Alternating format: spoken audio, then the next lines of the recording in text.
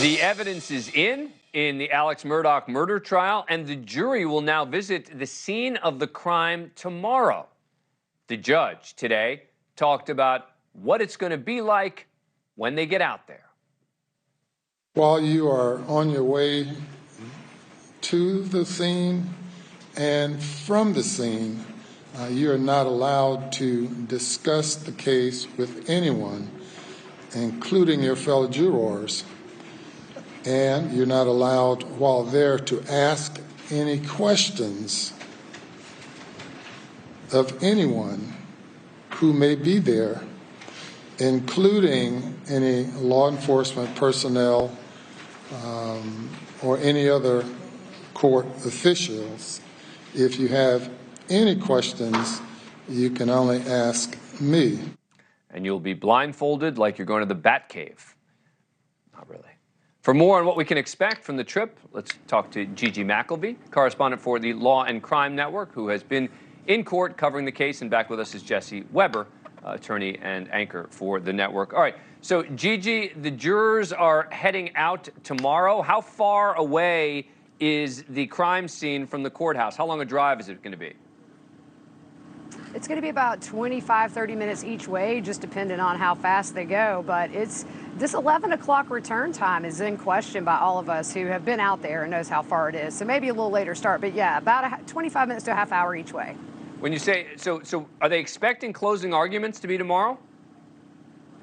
They are, and possibly the jury getting the case tomorrow, although I kind of think maybe Thursday for deliberations, but that's what was said today at the end of court, to expect after the jury view. They will lay out the instructions and closings, and then we're off, and then it's a wait game. Hurry up and wait. Any final thoughts from you on the jurors? Watching them these last few days, any responses from the jurors, anything from the Alex Murdaugh testimony, anything else in terms of insights you can give us about how the jurors have been reacting?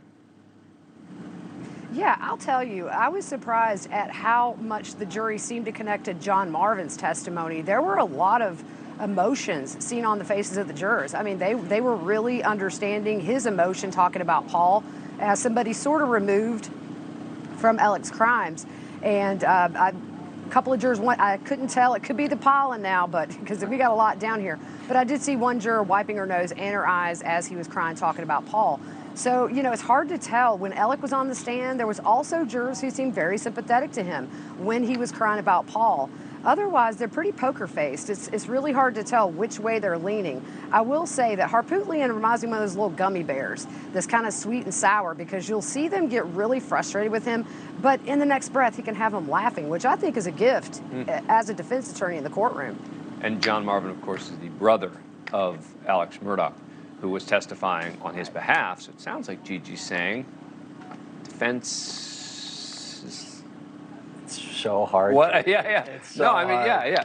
I mean, you know, it's hard to know for certain. Yeah. You were talking in particular about an expert witness today who you thought was kind of a disaster for the prosecution. So when you have your rebuttal case, right, this is the last thing the jury hears. You want your strongest witnesses. They call a guy in, a digital forensics examiner, who's supposed to extract the data from Maggie's phone. And what he did was, he took a phone that was similar to Maggie's and basically threw it around his office to see if the screen would turn on. Why? Because the prosecution's theory has been that Alex Murdaugh tossed Maggie's phone outside the car, and even though the screen didn't come on, it worked that way. And they said to him, do you have any expertise? On cross-examination. Yeah. You have any expertise in this? No. So you just were alone in your office. Did you record any of this? No.